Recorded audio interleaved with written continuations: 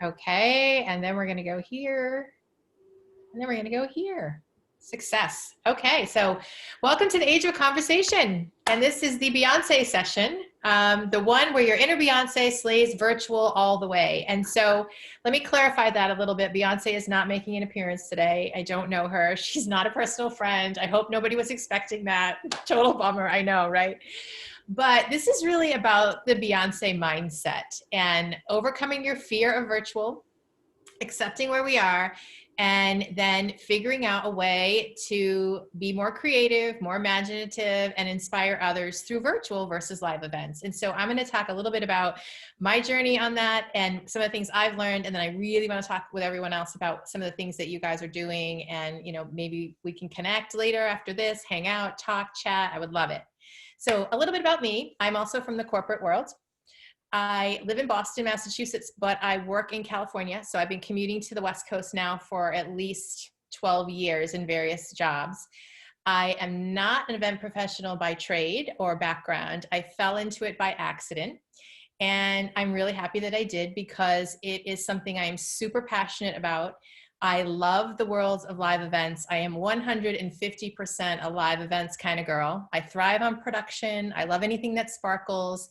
And I love creating moments that impact the way people feel about themselves, others, or the world around them. It could be the brand, whatever it is. I just love the power that events holds to change the way somebody feels.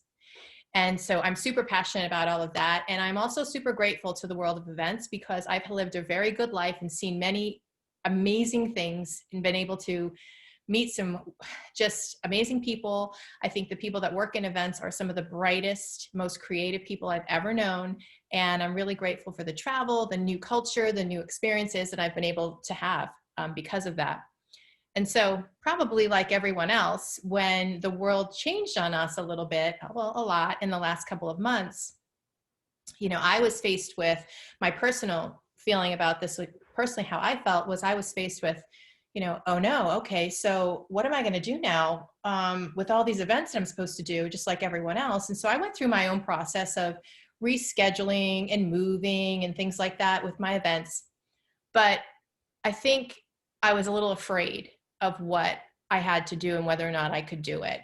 And one of the first things that I had to overcome as an event professional was my fear of the unknown, my fear of the uncertainty, my fear of the boredom of virtual events. I mean, really, that was my biggest fear. I mean, being someone who really, truly loves production and all of that, I thought, oh my God, how can we ever make something that is virtual or digital nearly as exciting, engaging, inspiring, intimate as something that we could do in person? And so I kind of went through this period of time where I just kept moving things around. I was moving an event from here to here. I was changing a time. I moved some events twice.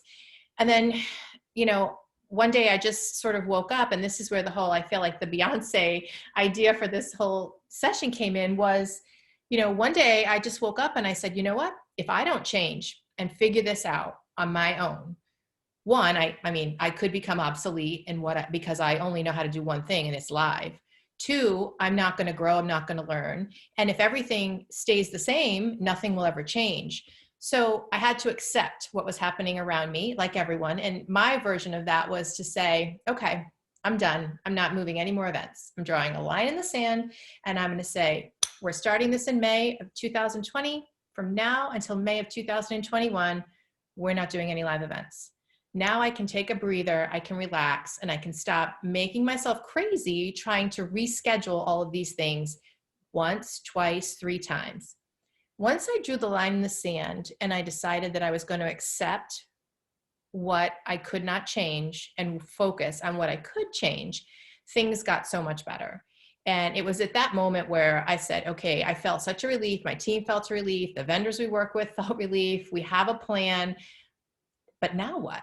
Now what? What are we going to do? How are we going to do this? And again, I go back to our friend Beyonce.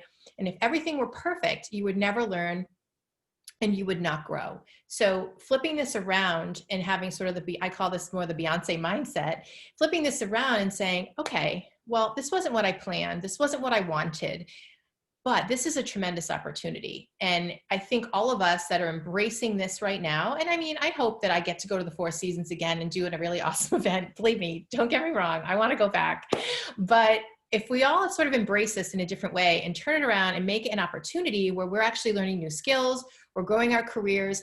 I mean, I never thought I would be I would be so focused on digital. And now what I've learned over the last 4 months has changed the trajectory of my career path. So I now have another road I can take in my career path because of what has happened in the world and because I was able to change my mindset. And so it's my own personal piece of advice if anyone is struggling with that as well. And I've talked to many people that are, and I think that's one of the best things you can do is talk to other people about what they're doing and how they're doing it and how are they, learning something new, and what would Beyonce do? What would people that you know and trust do in a situation like this? And I think the most important part was to go back to the beginning. And one of the critical mistakes I think people can make is that they look at the live events that they have and they try to replicate what they're doing live in a virtual environment. And it's not an apples to apples comparison. So let's say you had a conference and you had 100 exhibitors, and now you're going to do a virtual event. Do you need to have 100 exhibitors? How do you answer that question? You have to go back to the beginning. You have to go back to the what and the why of your events. Stop thinking about the how. I think that's where people are getting really hooked, is thinking about how am I going to actually do this versus why am I doing it? What am I doing? And what business challenges am I continuing to try to solve for?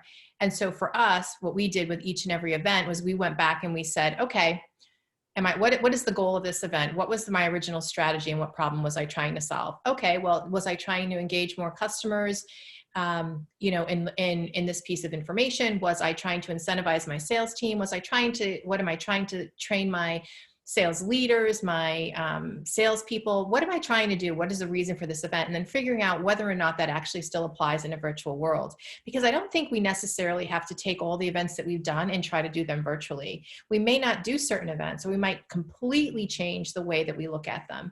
And the only way to do that is to really go back to the beginning and look at the strategy for your individual events. One of the other things that I see with this is that people automatically assume that because they're going to do something digitally, that it's going to be free or cheap, or that it's going to be more junky, lack of a better term, because it's not live, it is digital. And you have the power as the event professionals, the people that really, really know events very well, to change that opinion of others. And coming from a corporate world, and it might be like this, if you own your own company, you can kind of set the bar for the tone, around digital events. But if you're in a company or an association or an organization like I am, a software company, a lot of times people will automatically assume that, what you're doing is going to be less. And so it's going to be easier and it's going to be cheaper. And you have to be the one that controls that conversation. And I'll give you an example. And by no fault of their own, we have a lot of IT professionals that are out there trying to find solutions for events. Well, I don't want someone to go tell me how I have to do something as the event professional. I want to decide how I do it. And so the decision for technology should really be based on the strategy and the goals of that event, not the fact that somebody said you have to do it on Zoom. And so as the event leaders and professionals, you are the ones that have to drive that conversation and you have to own it. And so you have to convince those around you and in your organization that, you're the brand ambassador, you're the problem solver, you're the event experience designer. And those are the things that really should drive the technology decisions, not the technology decision driving the event.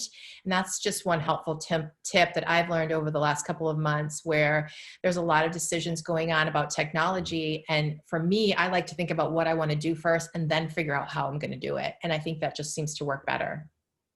And where we always go back to is the core of an event. When we're trying to figure out, why am I doing this virtually, or should I not be doing it virtually? Or should I just take these 10 events that we did regionally and do one event globally? I need to go back to the core of what I'm doing. And I'll use an example. I don't know if I mentioned this at the beginning of the call, but I'm actually going live with 2 virtual events today. So I must be crazy right now to be here.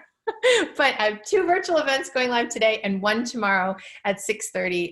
And there are a replacement for a incentive trip that we were supposed to go on.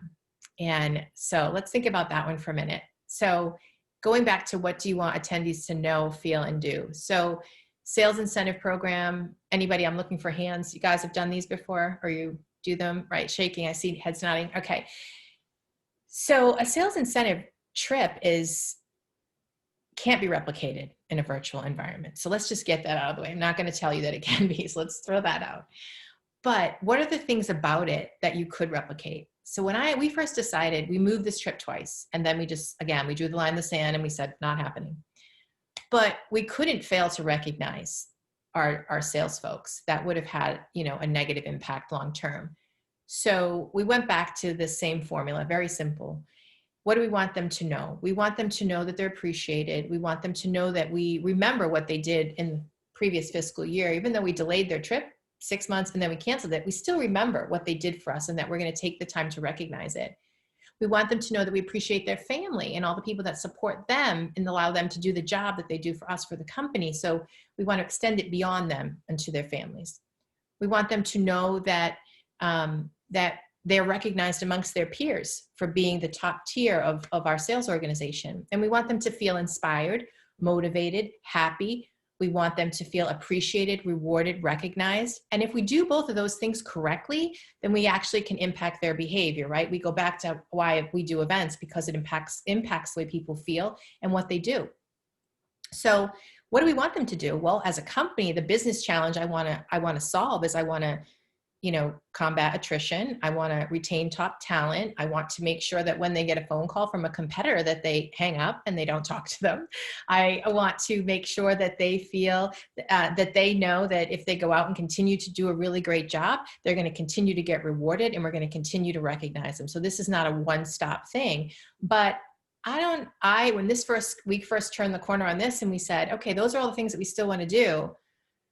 And this is why we want to do it. I have to be honest, my first reaction was I thought about Zoom and I thought, I don't want to, I'm loving being on Zoom with you guys, right? But I didn't want to do a virtual gala on Zoom or something like that. I thought, oh my gosh, what are we going to do? Like, this is going to be bad. I could send a gift basket. I could send champagne. I could send a box. I could send a nice gift, but is that really going to compare to what we've done for these guys in the past? And excuse me, I forgot to mention that. Last year, we took them to Rome and they had a private concert with Andrea Bocelli. So I'm going to send them a gift basket? No, they're not going to be happy with a gift basket, right? So, and how am I going to replicate that online? I'm not. So again, we go back to the beginning, we reassess, we look at this, and now we say, okay, this is an event we want to do. We're going to do it. We decide we're going to do it, but now we have to figure out the how, right? Again, Beyonce wasn't built in a day and neither is your virtual event. And one thing I wanted to say here is that going back to what I said, the events are not easy. They are definitely not easy. And we underestimate what's involved. This morning I woke up and although I was home by myself with 2 of these events going live today, I felt like I was in Vegas in the ballroom. Like I woke up and I felt like the adrenaline, I felt the excitement, I felt the nerves about, this event that's going to take place today. And all the work that's gone into it and the hours and the days. And it felt the same to me, even though I wasn't with everybody in Vegas. So it is hard and it does challenge you creatively and you have to think outside the box. And one way to do that is to go and find help and research and absorb and become a sponge and talk to everybody you possibly can about what they're doing. And then the other is to just try to get your brain to a place that you're not trying to replicate what you've done before. And I'm going to talk a little bit about what we're doing in a minute to share a little bit of that with you. And that goes back to community is everything. If you have people that you know and you trust, I always say there are people that you want to be in the trenches with, right? So when stuff goes down in your live event, there are people that you want there with you, right? They're not letting you down.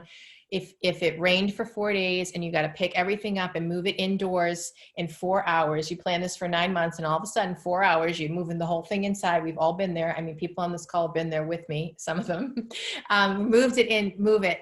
We know how to run that world in a live environment, but it's very different in a virtual environment. And so our contingency planning and our thought process is different. We're thinking about things like, I'll give you another example. The other night, we did an interview. We hired a named celebrity to be a master of ceremonies. By the way, they're very cheap right now. If you need to hire any entertainment, they are a third of the cost, sometimes less. You can name your own price because everyone's home.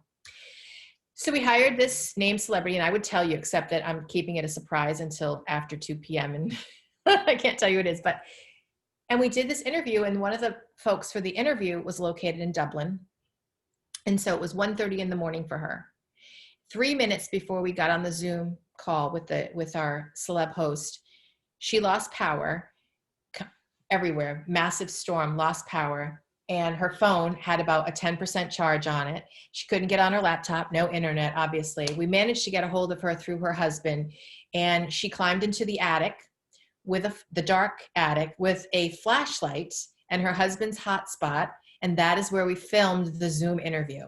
Now, great story. I mean, but these are the things that happen. Like, technology comes into play, unexpected things happen. And we have to figure out on the fly, just like we do with a live event, how to fix those things. So that's another thing I think that over the last, however amount of time, it's been 4 months. Has it been 4 months, 5 months? Gosh, I don't even know anymore, that we've been doing this, that we're learning as we go. And then also reaching out to those different communities. I mean, I really live for some of the Facebook communities that are out there where people are posting just questions on a daily basis. There's the National Meeting Planners. There's the Elevate Her Lounge, which I'm part of, which is I was the Vice President of Association for Women in Events, and that's our online community. And, come there, join us. But I think other people have a lot of information, and people generally want to help others learn and grow and get through this. And then forget what you thought. They're not uninspiring. They're not lame. They're not boring. They're not snooze fest. There are plenty of things that we can do to make them more engaging, more exciting. It's just things that we haven't ever thought that we would do or haven't even thought about yet. And I think that's the one awesome thing that is going to come out of this long term, is we're going to start to see just more and more like crazy creative ideas on how to do events that we never would have imagined had we not been in this situation. And in the interest of time, I'm looking at my clock. Build it and they will come is my thought process on this. We go into, I'm going to give you an example. So this is Club VIP is the event that I'm doing today, which is why it's fresh in my mind. So this is the incentive trip that I mentioned. And I mentioned that sorry, my email just beeped. I mentioned that we were supposed to go to Rome. We went to Rome last year, and we were supposed to go to Costa Rica this year. And so I already kind of gave you the overview of the no, fail, and do piece. But as we were thinking this through, and how could we do something that was different, I looked at a lot of technology. I had a mini RFP that I used, and I talked to people. I talked to the vendors that I trusted and I knew very well. And I said, this is what I want to do. And I want to create a place that people come to, and there's this sort of private, exclusive experience that they go through. And in that experience, we still have some of the elements of what we would do on site. We still get to go, we still do our pop-up boutiques. We still have our high-end gifts. We still have, some interaction with one another face-to-face there, but there's surprise and delight moments built into it. And there's entertainment, and there's music, and there's all the things that you want when you go to, a club or a party or things like that. And I wanted it to be in the evening so that it really felt like it was a cocktail event versus the poor people. And every time we schedule an event, everything's East Coast or Pacific time. And our global friends get the worst time zone possible, right? They're at 6 a.m. or midnight. And so we did it globally. And we said, we want to build like a special place. And so we had an inspiration for it. We wanted to be opulent and luxurious and kind of one of a kind. And we wanted there to be a nightclub as part of it, so that you had a 2-part experience. Attendees would go and experience things on their own in a 360 environment, and then they would go to the award show, which was a program that everybody sat through. And so we created our own version of Club VIP. And this is a 360 environment where we built a place that people actually are coming to. And I'm showing you a screenshot of it, but they arrive here and they can use a 360-degree motion to pan and zoom around the room. And in this room, in this space, there are a series of things that are hidden, pop-ups, messages, prizes, things like that are hidden all over the place that they will discover as part of this self-guided tour. This is another angle of the room. You see the green wall on the wall there. That is actually a photo booth. So when you click on that, you go into a photo booth. You can do all sorts of fun things. And with everybody being home with their kids and their family, and all these sales reps, they go on these trips and they bring their spouse or their partner. They can bring one adult over the age of 18, but their families don't get to participate, and they never see what mom or dad or, whoever does for work. So this was a way to bring the families sort of into the mix so they can collectively do this together. It's A-rated, and they can experience this together. And so this is another view of the room. What you see in the back here are 2 boutiques that we created for shopping. And so here's an example for our top performers. That's our top 10% of the company. They will enter into this boutique, and when they get in the boutique, it looks like this. And this is all 3D, by the way. Those blue dots, I had to cover the gifts that we're doing because I couldn't, in case someone sees this before we go live. But each and every item in each and every one of these rooms was hand selected and created to create this place that people will go. And the idea is that they actually feel like they went somewhere and they weren't just at home watching an award show. And then when we're done with the 360 environment, they go through, this is a whole nother virtual experience, and they land in the club VIP suite. And this is where there's another animated way of getting into your seat. And this is where they watch the pre-recorded program. And they can talk. Can I ask a question real quick? Oh, yes. Who is that? I don't see you. This is Dave Stevens. Hi, Dave. Hi. Is there a reason, I'm just curious if you did the gifting suite as opposed to pre-selecting gifts for people? Yeah, so we try to personalize the gifts. Traditionally in person, we would try to personalize them. So we have 2 tiers of gifts. We have one for all of our qualifiers, and that includes, anyone that qualified for the trip. And then we have 10 MVPs that are from different business units. And then we have the top 10% of our attendees, and those are our top salespeople. And so there's an exclusive area for them, and the gifts are based on things like, there's a series of questions that we've asked them in the past about things that they like to do on trips. So for example, this one was, we did something that was sports related, athletic, fitness related. We did something that was more of a family gift because people are home with their families. So something that you could select that was everyone in your house could use. We have a very large population of people that want certain designer type products, and we've done certain designers in the past, so we always have one designer element. So that's the reason. And it also personalizes it for them, where they actually get to physically choose the gifts that they want versus us sending them a gift. And with us being a global organization, we also have rules in different countries for different gifts that we can or cannot give.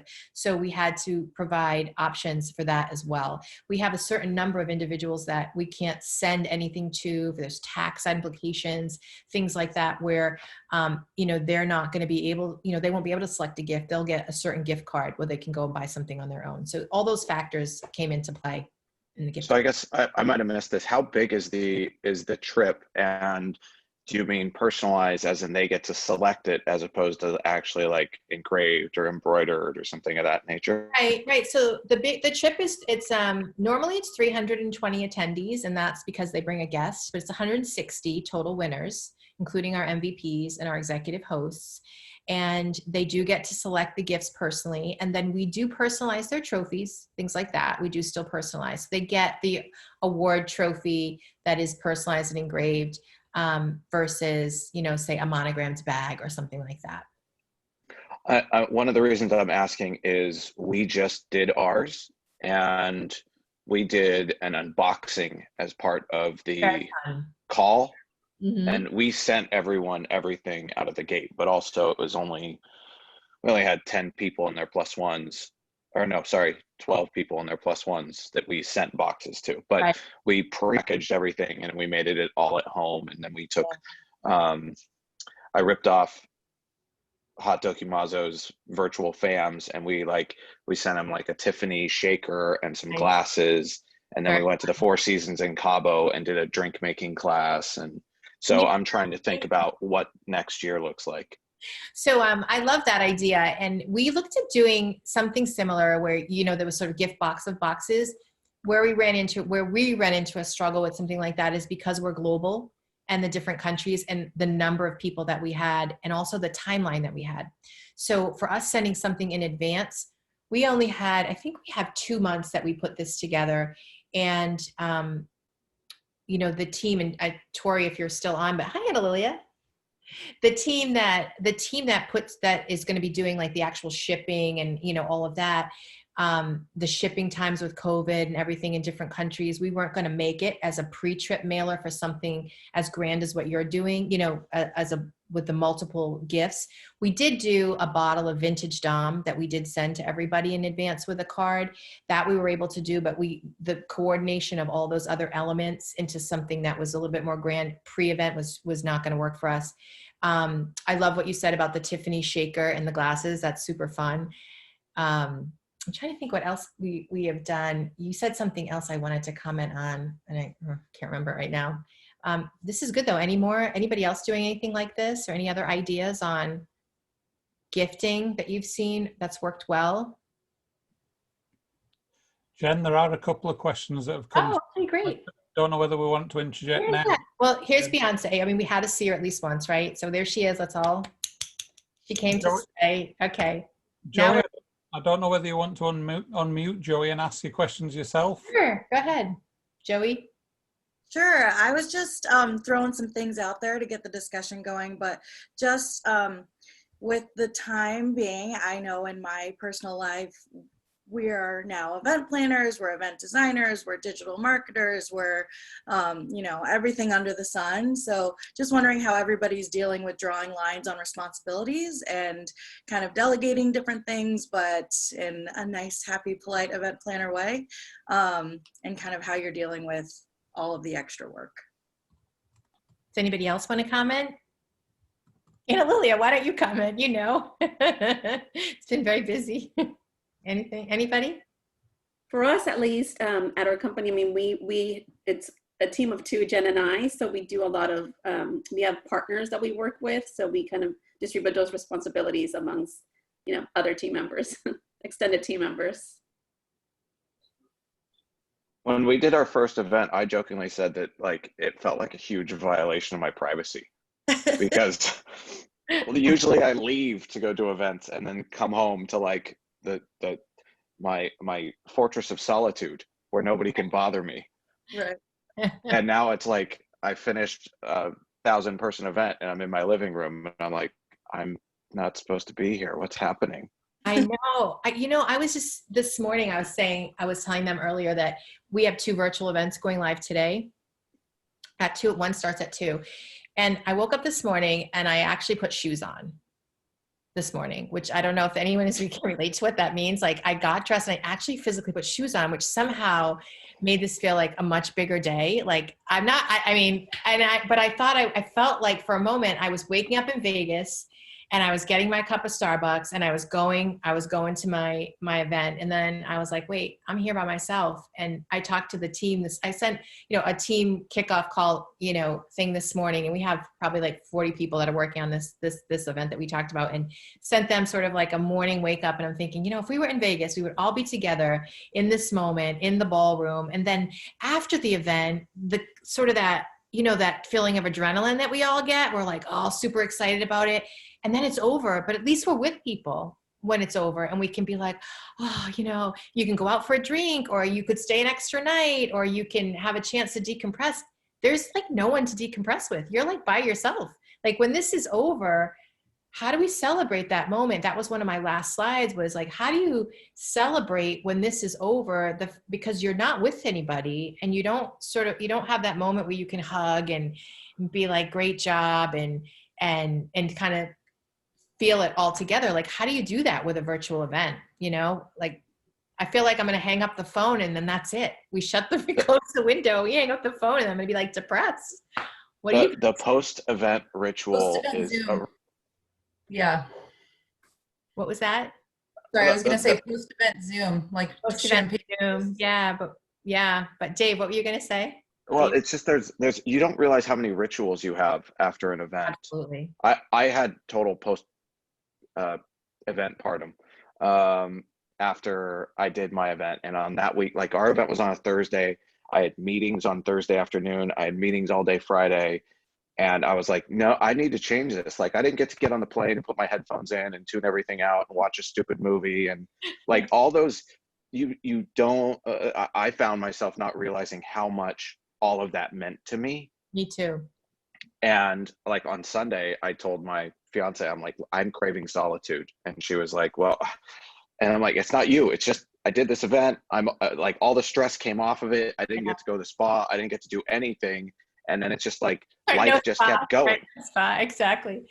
My husband asked me that this morning. He goes, so when does the breakdown come? Is it today or tomorrow? I said, well, tomorrow's the last event. We have 3.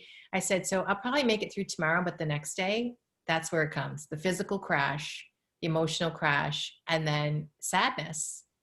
Like, cause it is sad. It is sad. You're right. I'm totally with you on that. Does anybody else feel that way? Yeah. I can talk to that a little bit. We actually did a very big event, and it was 7 full weeks of records and sessions and all. And at the end, we did we called it a non-site dinner. And so Right. told everybody to, get their DoorDash, and we got on a Zoom, and we, toasted and said thanks. And it really did feel pretty good. It wasn't the same, but it was fun to, kind of talk through what happened and how things went in the trenches. Yeah, we sent everyone lunch today, but because of just the nature of when we go live, we can't all be together. So, but we are gonna, I know I haven't even told you this yet, but they're gonna Zoom us in from the production office. So we'll all be at least on Zoom when we go live, so we can at least, sort of be together. But yeah, I totally am with you. I miss that too. I really do. And when you said massage, I really got sad because it's been a long time. It's been a long time. And you must have had those hotel moments. I know. Or just even the solitude of your hotel room sometimes, like that, oh, okay, moment. I don't know. So what other kinds of events are you guys doing? Anything coming up? Anyone? We're doing our second installment of our user conference. So we decided, unfortunately, I guess we made it look too easy the first time. We did it. We did 850 people in 4 weeks on Zoom. And so now we're doing another one in December, but everything has to be up leveled now. So, but I'm taking like the days after the event completely off, no meeting, nothing, leave me alone. But that's kind of why I'm here today, is I really am interested in how to up level, because we did ours at the end of May, and there wasn't a lot of things to choose from. Everything was still coming out. And so now I'm trying to figure out what the next phase of tech is, so that we can, for all the returning event attendees, because the survey said they wanted it again 6 months, how to up level it. You used Zoom before and you're going to use it again? I don't know. Oh, you have the option to switch. Yeah, we did. We used Zoom last time. Are we going to use it might be the same tech. I don't know. We have Cisco as a customer, so they weren't real happy about it. So they're like, well, you should use WebEx. And I'm like, well, WebEx kind of sucks. No. But I think that you mentioned WebEx, it's not bad. WebEx isn't that bad. It has its limits, but it's not too terrible. Yeah, I think it's just, we were most comfortable with Zoom. And I said earlier, it's like a third grade recital. Everyone's trying to learn how to play their instruments, and then they have to go play them in front of people. And we're all trying to figure it out. I think you said a couple things. One is that you did it so well that now they want you to do it again. And that is like the other danger of all of this too, right? Is like, so we all start off in the same place. None of us are experts. No, we're all in the same place, vendors, non-vendors, and we all figure it out as we go. And then once you actually do it and you do it well, then the expectation twofold. One is that, do you need to go back to a live event? Because you did this virtual event so well. Do we even need to do it live? That's number one. And number two, to your point, well, you did it so well, now what? Right? So it's sort of that same, those two things now that you have to sort of wrestle with. And I know the up leveling thing. I'll just give you one idea that we did. And this guy is phenomenal. And I give him a recommendation whenever I can, because I think he's just really a true artist. And I know there are lots of DJs and whatnot out there, and we've seen DJs cut and sliced a million ways, but this guy actually does, his name is his stage name is DJ Second Nature. Jen knows him, and Lilia knows him as well. Some folks I know on this call have used them before, and he is just a master artist of creating a video DJing. I guess there's a difference, right? So video DJing, and he creates these amazing one-of-a-kind custom montages that we use of videos and music from his home studio, and they look live. They're all pre-recorded, and he'll customize anything. And so I'll just give you an example. It sounds silly, but it actually makes a big difference in the event that we're doing this afternoon. Is we a lot of times don't tell our executive team why we ask them for things for internal events. So I say, can you please send me a clip of you dancing? And they're like, what? So send me a clip of you dancing, 30 seconds. In a tuxedo. What? And I can't tell you, sorry, I can't tell you what it is. So I love secrets. And so what we did was we took all of them dancing and we had him splice them into this DJ video. And I have to be careful because I forgot this event hasn't gone live yet. Anyway, you're hearing stuff that when does this get posted? I get in trouble. Anyway, so we put them in it. And so now they're like part of this video, and then it kind of leads into a dance contest. So he'll do anything like that. He's just really super cool and he's easy to work with, and people love him. And the first time we used him just in a 15-minute break, people were posting pictures of him and their entire households dancing, like kids were coming in from Zoom calls and dancing around the room, and dogs and cats. I mean, this was like a work event, and we had him on the break so people wouldn't fall asleep. That was the intent. It was like, oh God, we got to keep the energy up on the break. And people were like loving it. So happy to share his name. He's just really super cool and easy to work with. And he also does this thing. It's, I don't know what you call it, but he does these montages of messages using video clips from movies and TV shows. So if you want to tell a story like, hey, it's time to celebrate, let's go, like as an opening video, or there's a couple keywords or messages you want to pipe in, he creates those messages using clips from videos from TV shows and movies. And they are awesome. And people are like, and his pricing is great. Anyway. We found a guy who dresses up as Bigfoot and plays the saxophone. Jeez. And interesting. And we just sent him a bunch of our branded stuff so that he'll incorporate. We're getting a 15-minute video from him for the next one because everyone's like, what is this? And our chat, so we played it as like the entrance music in general session as everyone arrived. And our chat just exploded because everyone was like, what is happening right now? So I think the bigger point that what you're talking about, though, that's a great takeaway, is entertainment is key to this. It sets your tone for the whole rest of the day. Like everyone knew at that point, if something goes wrong, whatever, we're all figuring it out. I'm watching a Bigfoot play a saxophone. Who cares? Yeah. Just we took the level of irreverence to an 11, and it was wonderfully disarming for people, and we got a lot of great feedback because of it. But I think entertainment is huge to these things. And you know where you could get really cheap entertainment, as long as you've got someone really good on the production video side to and don't laugh because you can laugh, but it's Cameo. Have you used Cameos yet? Anyone use them?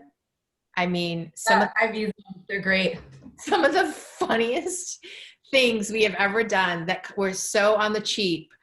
We do stuff that is not cheap, like super expensive production. And then we do like little things like that is just hilarious. I mean, we did something with the sharks. We did like a whole Shark Tank kind of theme once. That was really funny.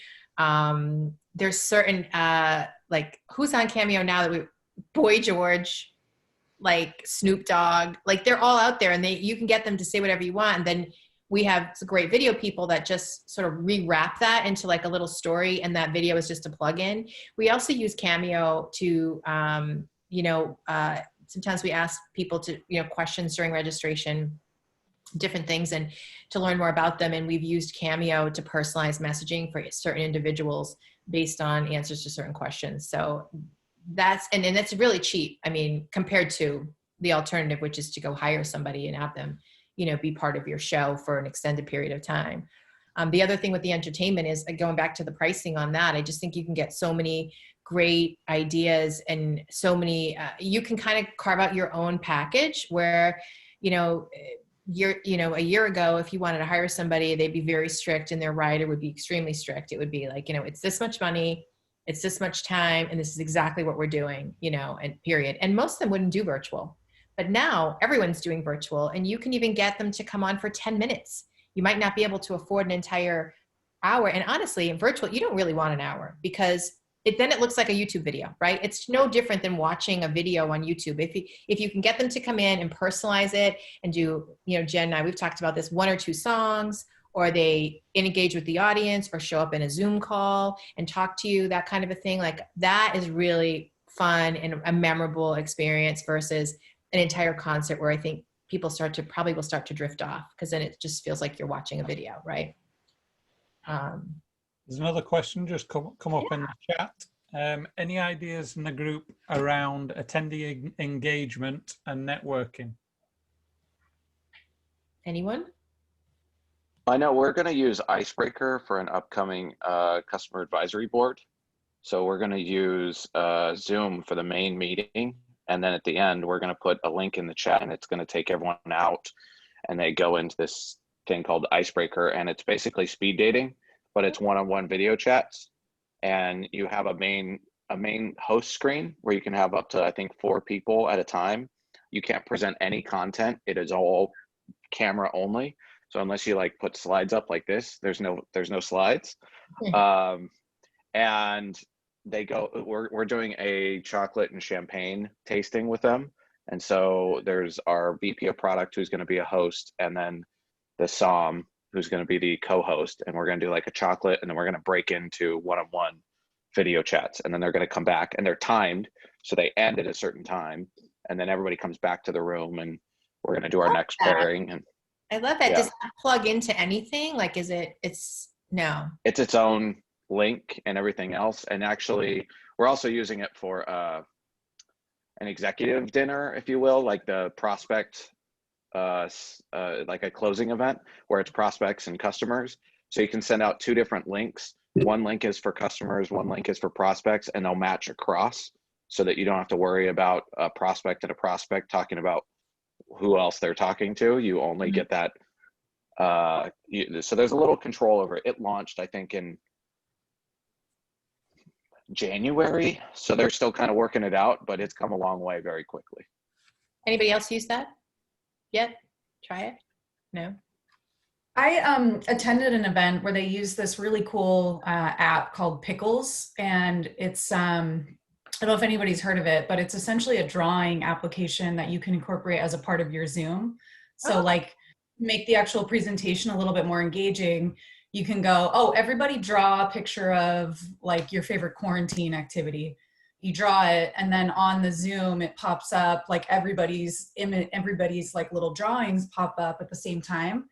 You can kind of see like all the different things that people have been doing, and then the actual like their algorithm actually like categorizes it into different things. So it's like 80% of people said they baked bread, and like 20 like it actually does it live too. So it's really cool. So it's called Pickles, Piccles. Oh, I think The owner, somebody posted. I've seen this. Yeah. What was somebody going to say? Sorry. well, the owner, is online forum. Yeah. yeah, the owner, Chris Bent, is a former hottie, or is a current hottie. He's been to one of our events, or went to the Hot HD events, and we used Pickles at like the first one. I think he demoed it, but he's great, and he's really easy to work with. So they're willing to do even creative stuff for your programs as well. And the pricing is amazingly cheap. Yeah, it's pretty cheap. I always tell him he needs to raise his prices, but don't. But yeah. I looked at it. I haven't used it yet, but it's great. I can vouch for that. Yeah, I think for me, like what's happening, and I keep hearing this a lot, is attendee engagement. How do we get people engaged? How do we get them to talk to each other? You know, at a live event, you're just randomly talking to people, handing out your business card, whatever that is. I mean, I come from a very corporate background, and a lot of our events are very silent. I mean, I'm sitting there running a meeting and no one talks except the speaker. And then they go away. And I'm like, we haven't heard from one person. It's just strange. It's strange to me, right? You know, so I can imagine what it's like for the participants to not have the ability to sort of chat. I will say we don't my company is not allowed to use Zoom, so we use WebEx or Teams. And so we've kind of lost that breakout ability, you know, like we don't have that with these systems that we're using just yet. But, you know, I guess I was just wondering if anybody has had to do that where, and maybe it's that icebreaker. I don't know. It sounds like maybe That sounds cool. Together randomly, maybe those who are there, they group them together, and then you can, like you said, you have a start time and end time, and people sort of move around just to kind of create those connections. Because I just feel like suddenly things are just silent, and it's making me crazy. Yeah. We had a really interesting thing happen at the end of our conference. So we did birds of a feather at the end, and we used Zoom breakouts. And I'm sorry that this may not be applicable, but there might be a way of kind of trying to figure out how to make it happen. So everybody went into their breakouts, and myself, and we used Liz and Nicole as our crowdsourcing tool prior to the event for what our birds of a feather were going to be, the subject matters. And then they did what they did in the room. And everybody went to their breakouts. They all did the little name change thing. And then as the breakouts ended, they didn't all end at the same time. We gave our room moderators open decision on how long they wanted to run. And we just said, we're going to hang out until the last breakout room is over. And as those breakouts ended and people trickled back into the main Zoom room, we had the most organic, magical conversations that felt like a hotel lobby you could have ever imagined.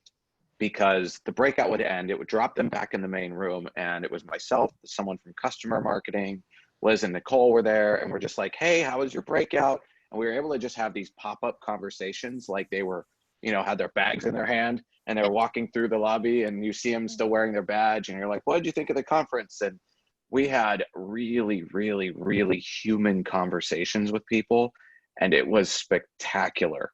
It just, the total off the cuff, the complete connection we had, or getting to meet people that we hadn't got to meet before. It was awesome. And it was definitely like one of the big highlights of the whole conference. Like you hit it on that, because you said it was automatic, like you automatically get dumped back in. And that seems like that's the key, right? You have to go right back. You can't let people go off somewhere else. Or it's not the same. Like we can see each other now, but if we were just on the chat, like I've been to those events and we're just on the chat, like I'm not meeting anyone. I'm not connecting with them. Like I feel like we're talking, this is so different than, you know, and I've left those events. I've left those events. This is why this one is really kind of cool, because we're is the other session coming in now, Jack? Is that what's happening? I'm gonna have to be the bad guy, unfortunately. I've got that. I got the session. I just saw someone else. I thought, hi. No, we're about to start a transition to another session. We've obviously got the ebook. When you come out of this, there's an ebook page. We would really appreciate if people can put the comments down in there. Let Jen know, let everyone else know what you've got from today's session. Let them know what they missed out on, you know, in terms of, you know, there's we had a good group in here eventually, you know, in terms of 17, 18 people, but there's many people who've missed out on it. So any key learning that you've taken away from today, if you can put it in there so others can capture it. Jen, thanks ever so much for you giving up your time and sharing all your insights with us, and everyone else in the group for contributing to that. And I'll let you have the last words, Jen. No, hey, just to echo that, thank you. I really enjoyed this. I wish I have to go live with a virtual event, or else I would go to a breakout and hang out with you guys. I would totally love it. I put my contacts in the chat, and I'll be back later, you know, to go to some other sessions. And I would, you know, I'd love to connect again. Just brainstorming is so much fun, just to hear everyone's ideas. And thank you so much for coming.